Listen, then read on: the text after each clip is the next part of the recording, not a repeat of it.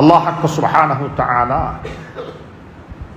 தன்னுடைய திருமறையில் கடந்த கால நிகழ்வுகள் என்று சொல்லி 600க்கும் மேற்பட்ட நிகழ்வுகளை அல்லாஹ் குர்ஆனில் எங்களுக்கு புத்திமதியாக சொல்லியிருக்கின்றான்.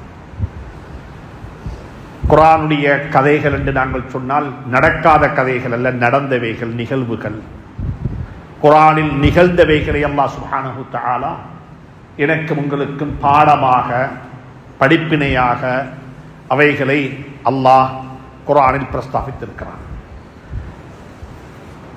அப்படிப்பட்ட ஒரு முக்கியமான வரலாறு தான் குர்ஆனுடைய வரலாறு. சூரத்துல் பக்ரா என்று நீண்ட ஒரு சூரா இருக்கிறது. குர்ஆனுடைய சூறாக்களிடையே மிக நீண்ட சூரா. அந்த சூறாவில் அல்லாஹ் சுப்ஹானஹு, அந்த சூறாவுக்கு பெயரு கூட பக்ரா, ஒரு மாடு என்ற பெயரை சொல்லித்தான் அந்த சூறாவுக்கு பேர் கூட வைக்கப்பட்டிருக்கிறது. ஒரு மாட்டுடன் சம்பந்தப்பட்ட ஒரு நிகழ்வை அல்லாஹ் சுப்ஹானஹு தஆலா ஞாபகப்படுத்தி எனக்கும் உங்களுக்கும் கியாமத்துடைய நாள் வரும் வரைக்கும் வாழக்கூடிய மக்களுக்கும் அல்லாஹ் புத்தி சொல்லுகின்றான்.